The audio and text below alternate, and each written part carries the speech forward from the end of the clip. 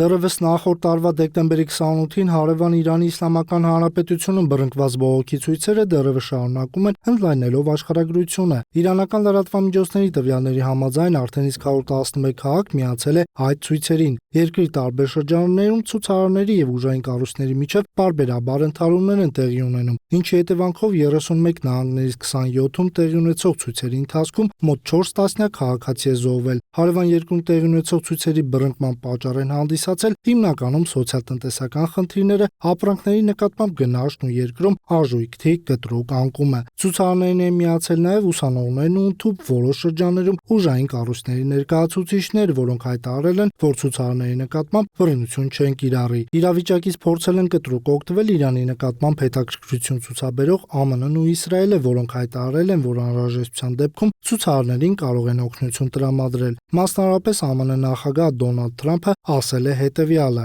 Եթե Իրանն իր սովորության համաձայն կրակ բացի եւ դաժանորեն սպանի խաղաղ ցուցարարներին, Միացյալ Նահանգները նրանց կհասնի օգնության։ Մենք զգոնենք եւ պատրաստ ենք գործողությունների։ Իրանական իշխանությունները ԱՄՆ-ի եւ Իսրայելի այս հայտարարություններին կտրուկ են արձագանքել, ընդգծելով, որ իրենք հասկանում են ինչ է կատարվում կուլիսներում եւ թույլ չեն տա արտաքին միջամտություն երկրի գործերին։ Մասնավորապես Իրանի ազգային անվտանգության գերագույն խորհրդի քարտուղար Ալի Լարիջանին հայտարարել է, որ իրենք տարբերում են, թե ովքեր ինչի համար են դուրս եկել փողոցներ։ Մենք տարբերում ենք բողոքող առևտրականներին վանդալներից, եւ Թրամփը պետք է հասկանա, որ ԱՄՆ-ի միջամտությունը Իրանի ներքին գործերին կապակայունացնի ամբողջ տարածաշրջանը եւ կվնասի ամերիկյան շահերին։